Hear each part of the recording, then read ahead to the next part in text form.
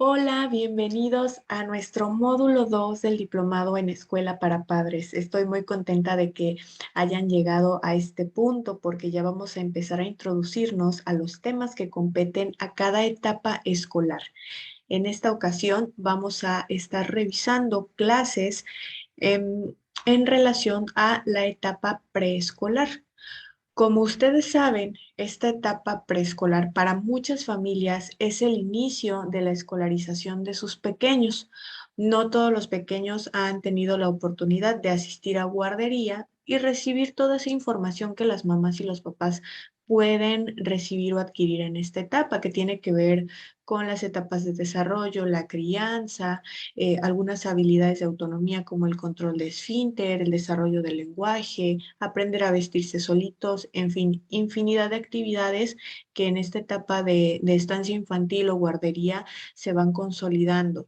Como te decía, para muchos papás y mamás, el preescolar es el inicio, gran inicio de esta etapa de muchos aprendizajes y mucho descubrimiento acerca del desarrollo de sus hijos. A mí me parece muy necesario que vayamos revisando diferentes temas a lo largo de este módulo para poder abarcar diferentes esferas. En primer lugar, vamos a revisar esta clase enfocada a la crianza. Me gustaría mucho que te vayas tomando el tiempo para ir escuchando a detalle la clase, que aunque pareciera que son clases cortas, es información bastante amplia y concreta. Entonces, tómate el tiempo para ir revisando por varios días la clase, el contenido y las lecturas.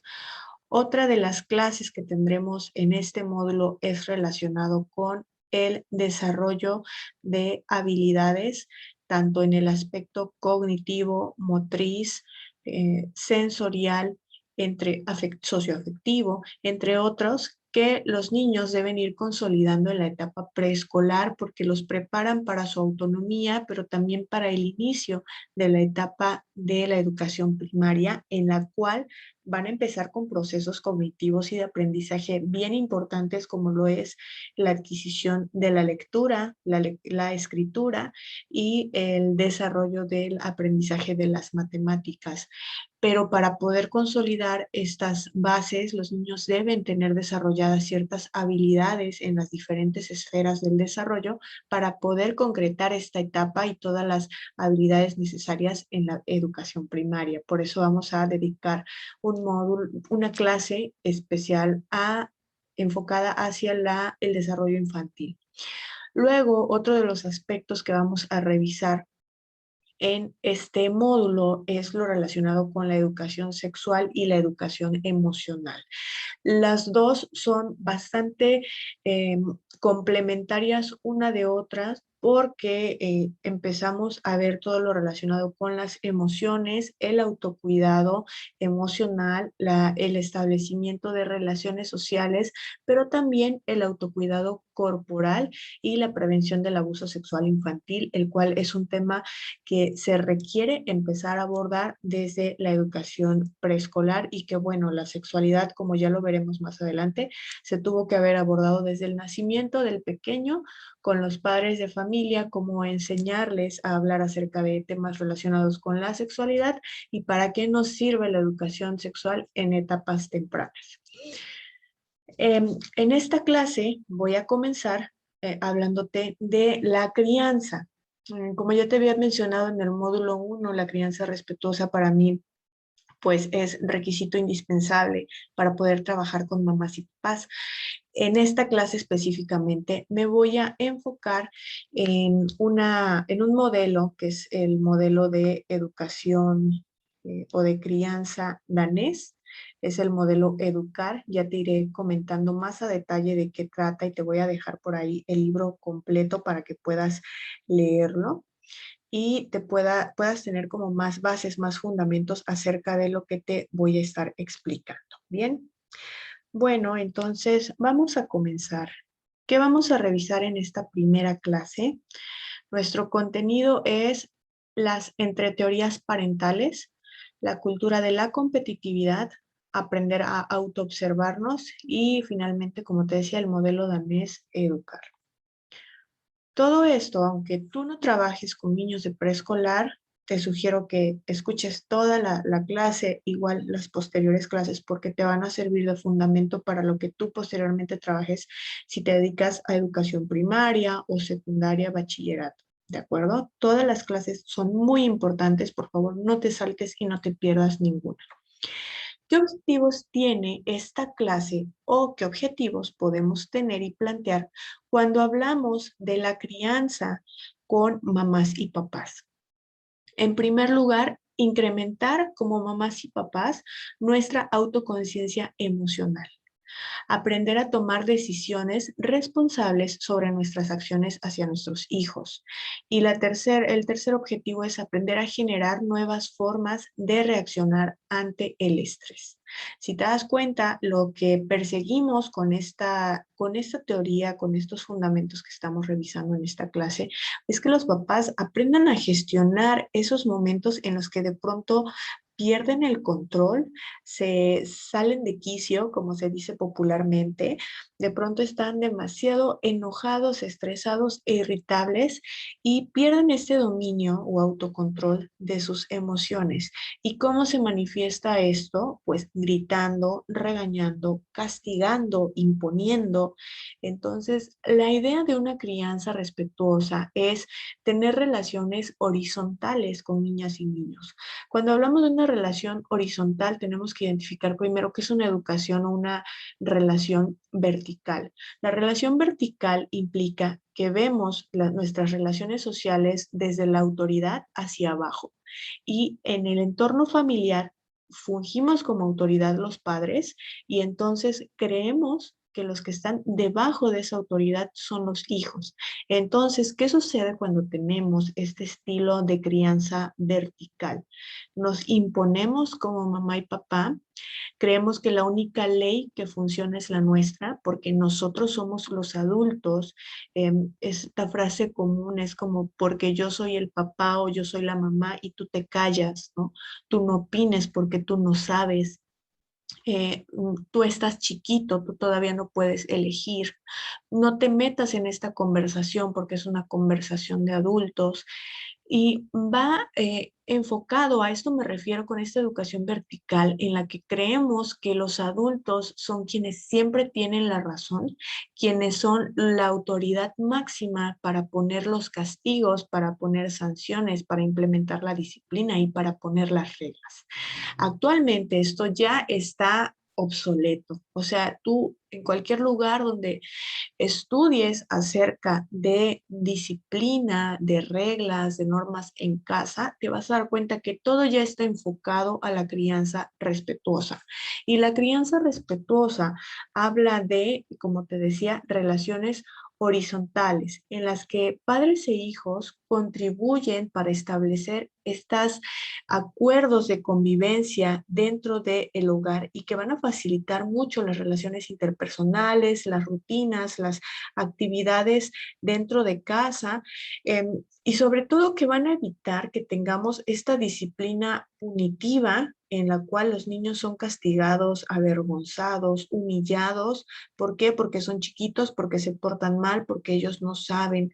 Entonces, desde ahí ya esta crianza respetuosa, pues implica dejar esta verticalidad y empezar por relaciones horizontales, más igualitarias, y que desechemos la creencia de que los adultos son mejores que los niños solamente porque son mayores y que el niño siempre debe de obedecer.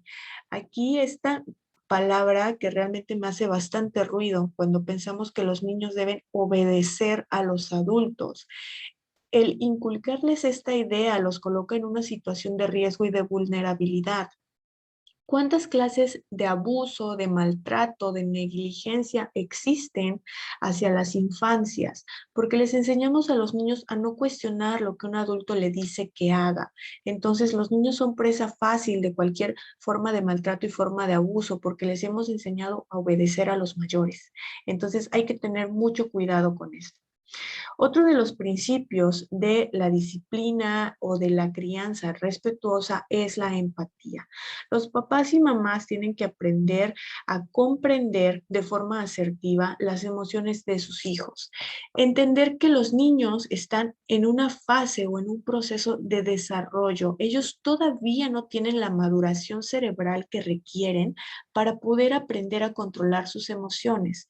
Un niño de 1 año, de 2 años, de 3, de 5, que se tira al piso porque está haciendo un berrinche, porque quería algo y no se lo diste, porque no le diste permiso de ver la tele, porque no le permitiste que jugara con ese juguete, porque no le compraste lo que te pidió en el súper, está teniendo ese estallido emocional porque su cerebro todavía no tiene esta capacidad de decir, a ver, detente, respira, analiza todas las posibilidades que existen, busca una solución y resuelve.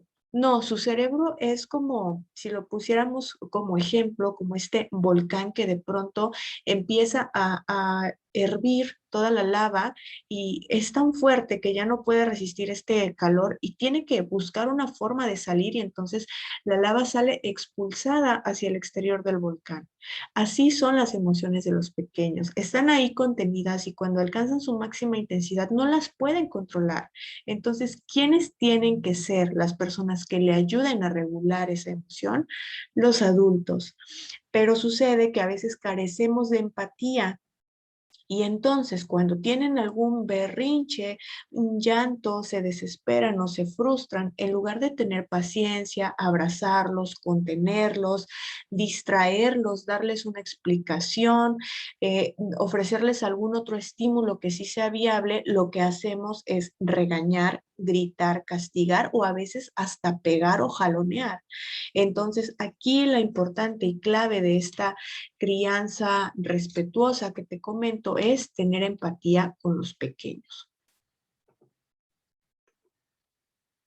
Otra de las claves para esta crianza respetuosa es establecimiento de límites y establecer también una disciplina positiva. Cuando empezamos a identificar cuáles son esas maneras en las que nosotros establecemos la disciplina y los límites en casa, empezamos a tomar conciencia que a veces no han sido de la forma más certera o más favorable o amorosa. ¿Por qué? Porque a veces, aunque estamos hablando de que la disciplina y los límites no necesariamente tienen que ver con castigar o con regañar, sino dejarle claro al niño o a la niña qué es lo que esperamos de él, cómo queremos que se comporte. Es decir, cambiamos esta perspectiva y en lugar de estar marcando siempre lo que no hace bien, lo que no obedece, lo que no hace, en lo que se equivoca o en lo que siempre falla, volteamos esto y entonces estaríamos hablando con ellos de cómo quiero que te comportes, cómo me gustaría que me trataras, cómo me gustaría que actuaras en determinada situación y qué beneficios va a tener para ti el portarte de esta manera. ¿Por qué? Porque aunque no estemos utilizando castigos, esto no quiere decir que el niño tiene derecho a hacer todo lo que quiera, sino al contrario, establecer límites como una forma de control y de cuidados. Si nosotros ponemos, por ejemplo, como establecimiento de un límite que en cierta hora de la noche no se puede salir a jugar al patio, tal vez porque hay insectos, porque está oscuro y no se ve y te puedes tropezar y te puedes caer, esto es un límite claro y entonces yo establezco en qué horarios y a través de la rutina también tengo una rutina especial en la cual en cierta hora del día se puede jugar en el patio, pero también establezco el límite o la regla de que a cierta hora ya no puedes salir al patio porque es peligroso, porque tal vez no voy a poder estar ahí para prestar atención de que no te vayas a lastimar. Esto es establecer un límite. Y no por eso vamos a castigar, vamos a regañar o vamos a gritar, sino que vamos a enseñarle al niño lo que se puede hacer y lo que no, pero siempre tratándolo desde el respeto, sin poner represiones y desde el amor. Piensa en un niño, en tu hijo o tu hija, como si fueras tú mismo. ¿Te tratarías a ti mismo de esa manera? Si tú realizaras esa conducta o esa actividad, ¿te hablarías así de fuerte? ¿Te gritarías así? ¿te darías esa nalgada? ¿Te darías ese zape o ese jalón de orejas? No lo creo, ¿verdad? Este ejemplo yo siempre lo pongo cuando trabajo con mamás y papás. Les digo, bueno, supongamos que un día en tu trabajo entregaste tarde un informe, llegaste tarde al trabajo, de pronto el jefe te cachó tomándote una taza de café en lugar de estar haciendo tu trabajo. La jefa te descubrió que estabas platicando o distraído en un pasillo, en un área que no es tu área de trabajo. Y entonces, en lugar de decirte, oye, fíjate que observé que estás haciendo esto, eso que hiciste no es correcto, yo espero que tú hagas esto otro, en lugar de hablar así contigo, te jalara de la oreja y te arrastrara hasta tu área de trabajo y te sentara a la fuerza de un golpe. O te aventara una chancla o te aventara un lapicero en la cabeza y te gritara, ¿qué estás haciendo ahí? Regrésate a tu área de trabajo. ¿Te imaginas que tu jefe o tu jefa te trataran de esa manera porque te portaste mal, entre comillas? No, ¿verdad? O sea, ¿tú qué dirías? Seguramente lo denunciarías por violencia laboral, este, te saldrías de ese trabajo, pondrías una queja, ¿verdad? Pero la diferencia es que los niños no pueden hacer eso. ¿Con quién nos van a acusar los niños? ¿Quién va a defenderlos? Si nosotros como padres somos quienes deberíamos proveerle de ese cuidado, de ese amor, de esa contención y de esa explicación. También pues, otro aspecto a considerar es darnos cuenta cuando los límites que estamos estableciendo vienen desde la represión por los prejuicios que tenemos. Por ejemplo, cuando tú no le permites a un niño que toque algo, que juegue con algo, porque se va a mojar, porque se va a ensuciar, porque se va a romper, porque va a manchar, desde ahí muchas veces estamos imponiendo una creencia de que ensuciarse está mal, mojarse está mal, manchar el piso está mal. Entonces, estamos reprimiendo. ¿Por qué? Porque a veces también indirectamente queremos evitarnos la fatiga de limpiar, de acomodar.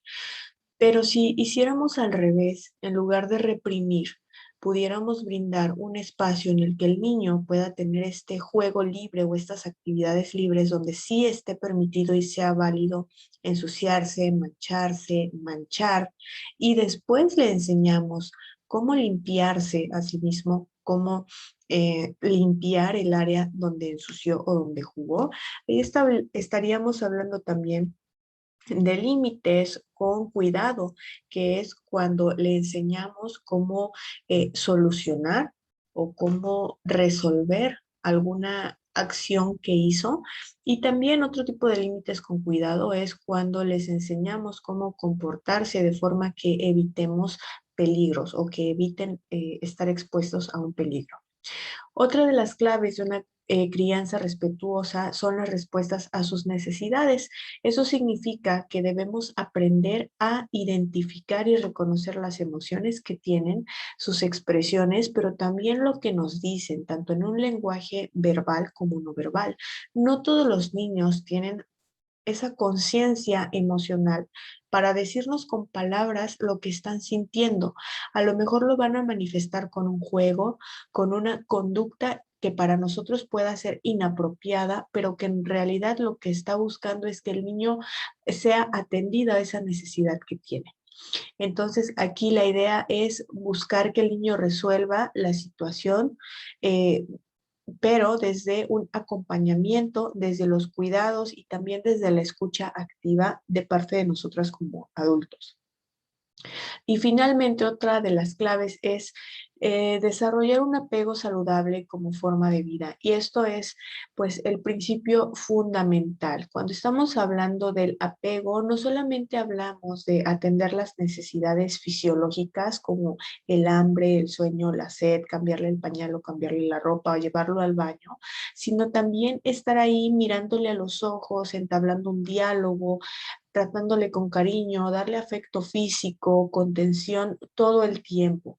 Entonces, es muy, muy necesario que consideremos estas 5 claves que son fundamentales y necesarias, pero también aprender como adultos a identificar y manejar nuestras propias emociones, tener muy claro qué son los límites y cómo se emplean en la crianza de los niños, tener mucha paciencia porque obviamente criar niños no es fácil, pero también necesitamos entender, como te decía en un inicio, que ellos están en una etapa de desarrollo en la que todavía no saben autorregularse como lo hacemos nosotros. Una vez que tú entiendes esto, va a ser más fácil.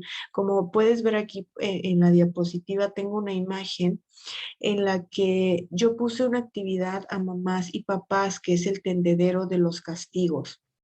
La primera parte es entregarle a cada mamá y papá una hoja y un plumón o un lapicero y en esa hoja van a poner cuáles son los castigos o las formas de disciplina que utilizan en casa.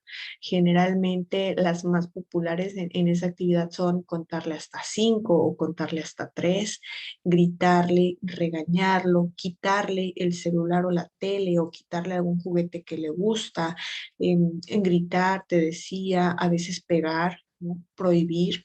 Y entonces todo eso que ellos van anotando en su hoja, eh, lo vamos a ir como de manera grupal, ir a colocarlo con una pinza dentro de este tendedero, de este mecate, como si estuviéramos tendiendo ropa.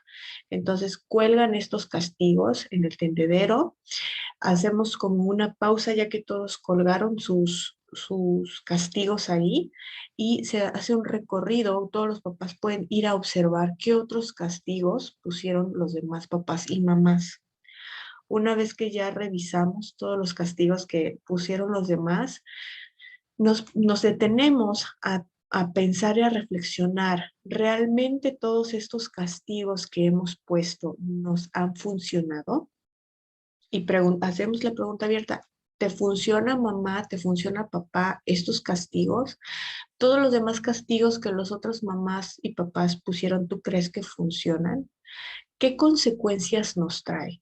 Y desde ahí vas a empezar a escuchar estas experiencias como, pues nuestros hijos se enojan, se frustran más, ahora ya no me quiere hablar, ahora hace más berrinches, yo me siento cansado, me siento agotado o agotada como mamá, papá, de estar poniendo reglas, me fastidio, ya no nos llevamos bien. Entonces te vas a dar cuenta, si tú los llevas a analizar este tendedero de castigos, ¿qué efectos trae poner estas formas de disciplina que ya no son funcionales y que, como te decía, ya resultan obsoletas? Ahora en una segunda parte de esta actividad, les vas a proponer, bueno, vamos a escribir ahora en otra hoja cómo podríamos cambiar o qué estrategias podríamos hacer ahora en lugar de lo que pusimos en la hoja de castigos. Y como puedes leer acá, eh, explicarle, por ejemplo, una dice explicarle por qué lo regaño, tranquilizarme, escucharlo, decirle qué se le puede pedir si hace las cosas. No, perdón, qué le puede pasar si hace las cosas, refiriéndose obviamente a las consecuencias de una conducta negativa, explicar los posibles riesgos. Es decir, si tú te das cuenta y llevas a mamás y papás a hacer esta técnica del tendedero de castigos, te vas a dar cuenta cómo ellos mismos van a ir a la reflexión y a notar que ya no es funcional lo que han estado haciendo. Estos son castigos que se han hecho de generación tras generación y que ya no funcionan, o sea, nunca han funcionado realmente. Lo único que provocan a veces es miedo y más que respeto a mamá y papá, los niños les tienen miedo. Viven en un estado de alerta constante con la expectativa de no hacer las cosas mal porque mamá, papá se va a enojar, me va a pegar, me va a castigar, me va a regañar, me va a quitar el celular. ¿Qué necesidad hay de que los niños vivan en este estado de alerta constante? Lo único que provocamos cuando hacemos eso es que su sistema nervioso se acostumbre a estarse protegiendo, cuidando y evitando hacer las cosas mal, pero también siendo complacientes con los demás. ¿De qué nos sirve criar niños que complacen a todos, que hacen las cosas por miedo, que las hacen para satisfacer a otros, a los adultos principalmente? que se portan bien porque si no los van a regañar. En realidad nuestra meta sería criar niños que tienen esas conductas positivas porque se sienten bien portándose así, porque les gusta, porque muestran realmente quiénes son, porque saben discernir entre cuándo obedecer a un adulto y cuándo esas indicaciones que le está haciendo un adulto lo ponen en riesgo. Entonces, pues principalmente o como introducción a esta primera clase, pues es esto, las claves de una crianza respetuosa. Espero que hayas tomado muchas notas, que te haya quedado más claro, que te haya dado ideas también a lo mejor de qué actividad puedes hacer con mamás y papás para llevarlos a la reflexión y sobre todo que esta técnica del tendedero de castigos la puedas tener también guardada, anotada, para que posteriormente la apliques con mamás y papás. Yo lo he trabajado tanto con mamás y papás de preescolar como de primaria, secundaria y bachillerato. Entonces, para todas las etapas son bastante funcionales. De hecho, te vas a dar cuenta que las estrategias que te voy proponiendo te van a servir para todas las edades. Ahora vamos con otro tema, o nuestro tema principal, de nuestros temas principales de esta clase, son las etnoteorías parentales. ¿Qué significa esta frase? Bueno, las etnoteorías son construcciones sociales que hacen los grupos de personas acerca de diferentes temas. En este caso, estas creencias culturales relacionadas o asociadas con los niños.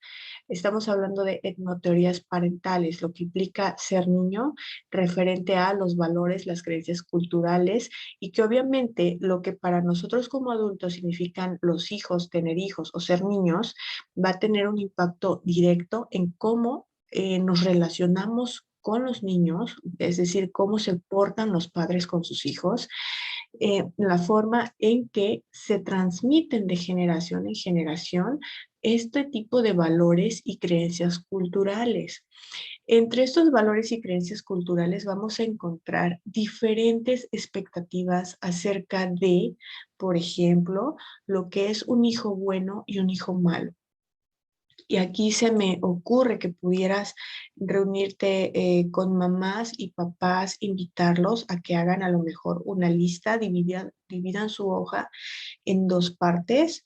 En la izquierda podemos poner cómo es un hijo bueno, o entre comillas, ¿no? Hablamos de que, bueno, a veces como mamás, papás tenemos expectativas o queremos que nuestros hijos hagan, logren ciertas cosas y entonces los catalogamos como hijos buenos, pero cuando no las logran o cuando no las cumplen, entonces son hijos malos. ¿Qué creencias podemos encontrar acerca de ello? Bueno, de pronto podemos creer que los hijos buenos siempre obedecen, sacan buenas calificaciones, se esfuerzan en la escuela, jamás se meten en problemas, respetan a los adultos, son atentos y cuidadores con sus padres. Esto va a depender mucho del nivel de edad, ¿no? Estamos ahorita hablando de niños en preescolar, ¿no? Como te decía, obedecen, se portan bien, tienen talentos, ¿no? Y eso va enfocado también a las expectativas del éxito que tenemos hacia nuestros hijos, ¿no? ¿Cómo consideramos que sea un hijo exitoso? Pues el que tiene diferentes talentos, tiene muchas cualidades, sabe hacer muchas cosas que otros chicos o niños no pueden. Y al contrario, ¿cómo sería un hijo malo? No obedece, se porta mal, hace berrinches, se tira al piso, patalea, le pega a sus papás cuando está enojado, y se pelea con sus hermanos, se mete en problemas en la escuela, le va mal en la escuela. Y si te das cuenta, si tú le pusieras esta actividad a mamás y papás, todos te pondrían, o la mayoría te pondrían justamente todo esto que te acabo de decir entre las expectativas de hijos buenos e hijos malos. Y sabes que aquí lo importante es que tú los lleves a reflexionar cuántos de ellos tienen hijos malos y realmente son malos. O sea, un niño que se porta mal, que hace berrinches, que de pronto sacó 5 en la escuela, que no entregó las tareas, ¿es un hijo malo? Aquí podríamos invitarlos o llevarlos a reflexionar. Mi hijo es malo porque le fue mal en la escuela, porque de pronto no sabe contener sus emociones, porque en lugar de decirme lo que le pasa, hace un berrinche o se porta mal o se aísla y se encierra en su cuarto si es un adolescente, por poner un ejemplo. Aquí esta técnica o esta actividad te va a servir mucho y seguro te puedo apostar que si tú la haces, ya sea presencial o en línea con mamás y papás, te vas a dar cuenta que justo te van a decir esto mismo. Y aquí lo importante y la clave es que tú los lleves a reflexionar. ¿Existen los hijos buenos y los hijos malos? ¿Qué hacemos nosotros como padres y madres para facilitar que ellos sean buenos hijos o malos hijos? Nuestra disciplina o la disciplina que imponemos en casa, ¿será que tenga algo que ver o alguna influencia en que ellos se comporten de esa manera? Ahora, otras expectativas también tienen que ver acerca del género. ¿Cómo debería comportarse una niña y cómo debería o cómo se comporta un niño? Por ejemplo, hay muchos estereotipos acerca de las infancias, ¿no? Y creemos que los niños son inquietos, son agresivos, se trepan a todos lados, no tienen límites, no obedecen, son más curiosos, exploradores, atrabancados.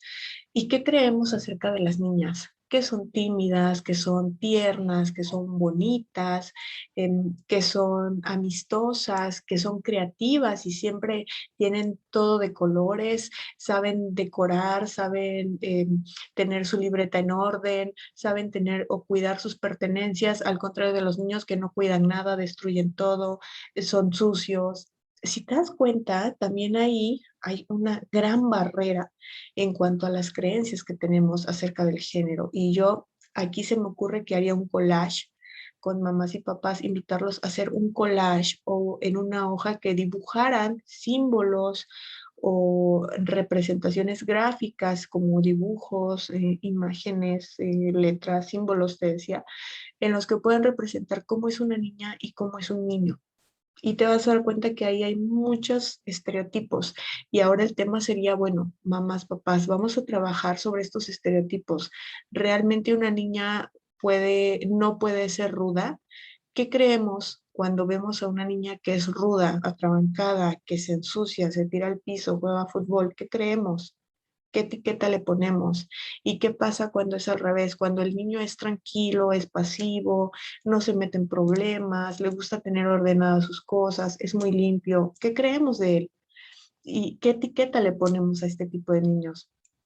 Entonces, ahí van a salir muchos adjetivos y te sale otra actividad, ¿no? Hagamos ahora una lista de adjetivos que le ponemos a este tipo de niños que no cumplen con el rol que esperamos o que creemos que debería tener según su género, ¿no? Como debilucho, machorra, sensible, grosera, no sé, se me ocurren muchos adjetivos negativos, sobre todo, que le ponemos a los niños cuando no cubren estas expectativas. Y aquí ya va, como te decía, otra técnica más. Ya llevas ahí tres técnicas distintas, tan solamente para hablar de las etnoteorías parentales, ¿ves? Entonces, ahí, aquí en tu escuela de padres, tú vas a tener amplia variedad de temas para hablar. Ahora, otras expectativas, lo que esperamos de nuestros hijos para cuando sean adultos. Que sea un buen ciudadano, que tenga un trabajo estable, que tenga su propia casa, que trabaje en una empresa, que sea un hombre o una mujer honorable, que sea una mujer de familia, que sea un hombre de familia, que se dedique al hogar, que se dedique este, a dirigir un negocio. No sé, empezamos también a colocar expectativas y yo aquí pondré otra técnica como en forma de pregunta abierta, qué expectativas tengo de mi hijo y que todas las mamás y papás vayan y lo escriban en el pizarrón o en una cartulina, cada quien que vaya y anote cuál es mi mayor expectativa de mi hijo o de mi hija o de mis hijos, ¿no? Y cada uno va a ir pasando al frente y anotar cuál es su mayor expectativa, su mayor sueño o lo que más le gustaría que su hijo hiciera cuando sea adulto. Y vas a ver también, y los vas a llevar a reflexionar a todos, a darse cuenta cómo son también estereotipos, creencias de la sociedad, que la sociedad misma nos empuja a creer que eso que anotamos ahí es un buen adulto, que si nuestros hijos logran eso, entonces ya como padres estamos realizados, ya logramos nuestro máximo porque nuestros hijos lograron toda esa lista de expectativas que nosotros teníamos sobre ellos. Y entonces invitarlos a reflexionar. ¿Qué pasaría si tu hijo adulto no logra cumplir con esa expectativa? ¿Lo seguirías queriendo igual? ¿Te sentirías igual de orgulloso? ¿Cómo lo tratarías? ¿Cómo la tratarías? Y entonces, en una segunda parte de esta técnica o de esta actividad, podemos hacer otra actividad o complementaria en la que pudiéramos hablar más que de qué cosas queremos que nuestros hijos logren, sean o cumplan socialmente, qué valores nos gustaría inculcar, y ahí podría ser cada quien que lo haga de manera personal en una hoja. ¿Qué valores quiero inculcar en mis hijos?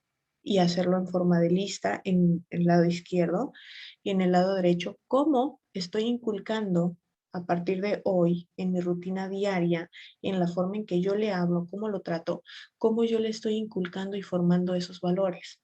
Porque decimos, bueno, quiero que sea una mujer que tenga autoestima y se valore, ¿no? Pero ¿qué estoy haciendo yo para que esa niña se vuelva una mujer con autoestima que se valora a sí misma? Si todo el tiempo la regaño, le grito, le digo que esa ropa se le ve fea, le digo que ya está gordita, le digo que ella tiene que comer menos, ¿no? Ahora, quiero que mi hijo sea un hombre que respete a los demás y que no se meta en problemas y que, bueno, básicamente que sea respetuoso, ¿no? Pero ¿qué hago yo cada día? Lo regaño, le pego, le grito, lo insulto. Entonces, realmente estoy siendo congruente con lo que plasmé allá en esa hoja al frente, donde dije lo que quiero que mis hijos logren. Y con la hoja que tengo aquí, en donde estoy anotando qué valores quiero que tengan cuando sean adultos. Ahí también es invitarnos pues a reflexionar nuestras prácticas cotidianas, y eso es parte pues de la autoobservación de la que estaremos hablando también en esta clase.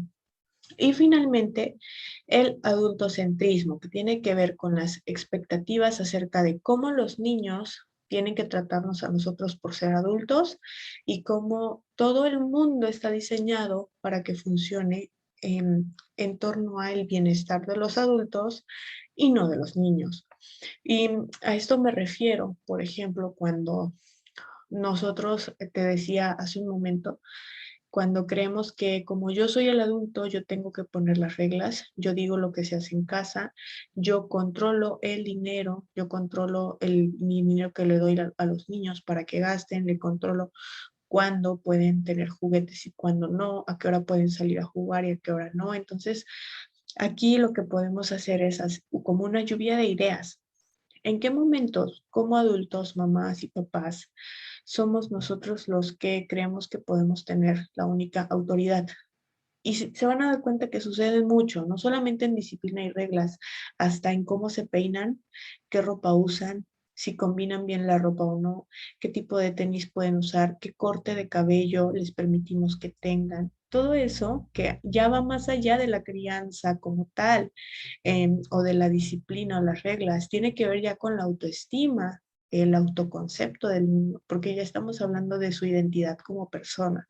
Incluso este adultocentrismo va también atacando y haciendo cada vez más pequeñas esos espacios en los que los niños pueden definir quiénes son. ¿Por qué? Porque no lo dejamos que elijan la ropa que se quieren poner hoy, ni los tenis que les vamos a comprar. Tampoco lo dejamos elegir su corte de cabello. Los obligamos a comer ciertos alimentos porque nosotros decidimos que esos son los alimentos buenos para ellos. Entonces, pues todo esto, o sea, lleva a los papás a una lluvia de ideas en la cual puedan reflexionar en qué momento yo como adulto me estoy poniendo el centro de atención, estoy siendo yo el centro de la disciplina y de las reglas en casa, ¿va? Entonces, bueno, con esto cerramos el tema de las etnoteorías parentales.